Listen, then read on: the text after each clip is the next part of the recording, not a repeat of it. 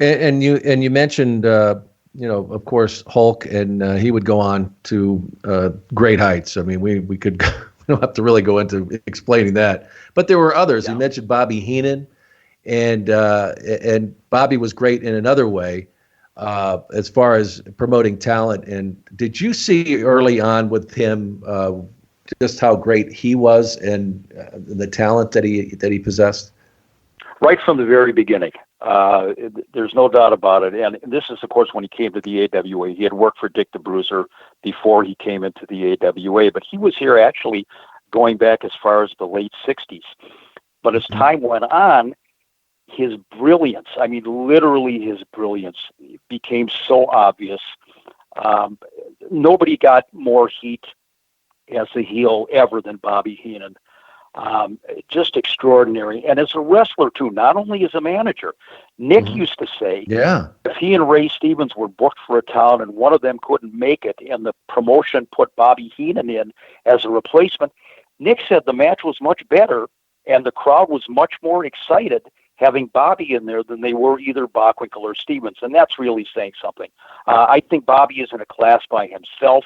Everything he did, whether or not it was managing or, wrestling or whatever it did, or, when they kind of made him a comic foil with Gorilla Monsoon, I think the guy was absolutely brilliant. And I think in a lot of ways, he may be the best all-around performer ever in wrestling. He could do everything.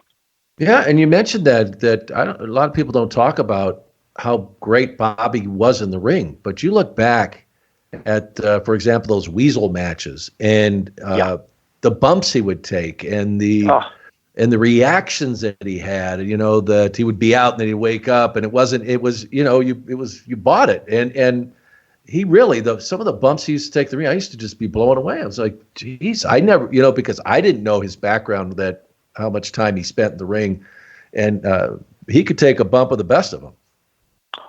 To me, one of my favorite moves, and I don't know if you remember this offhand, there would be the one where Bobby would get whipped into the corner, into the turnbuckle, and he would go up and over the top of the turnbuckle onto the floor without grabbing onto a rope, without doing anything, just one fluid motion. And it was absolutely amazing. And as you said, he bumped for everybody, and he made everybody look good.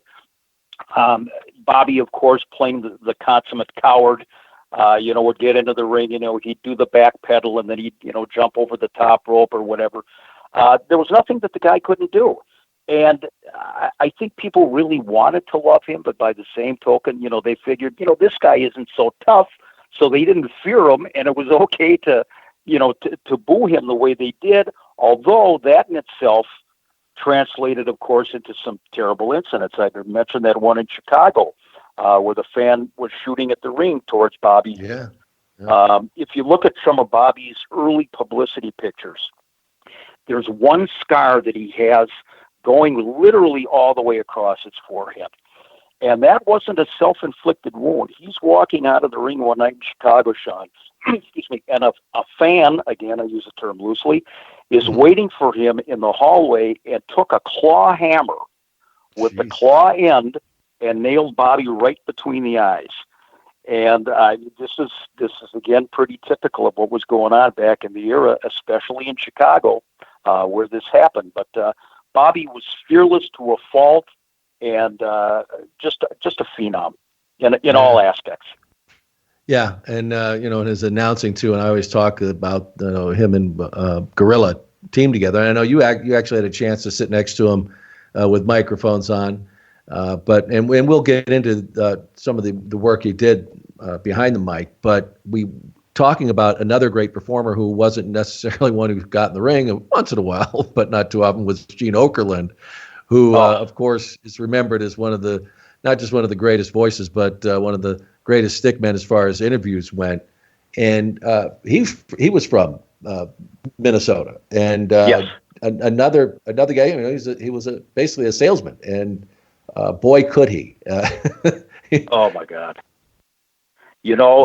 My first recollection of Gene, he actually was a disc jockey, a top 40 disc jockey on a radio station in Minneapolis back in the days when the Beatles were big in the 1960s, and he called himself Gene Leader.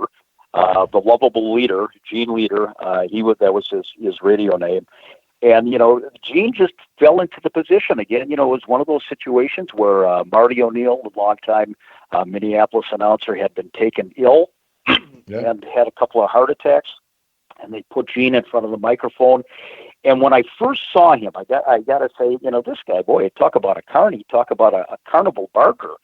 Yeah. But, man, he fell into that role, and he became so comfortable with it, and it became so easy for him. And I think that's the legacy of Gene. You could tell he loved what he was doing. His interaction with the guys was beyond. I go on YouTube sometimes and I'll look at the Gene Okerlund botches and bloopers and, outtakes and so forth. Absolutely legendary. And again, another Minnesota guy. I got to know Gene a little bit over the years, always very respectful, very fan friendly, and he's an icon, no doubt.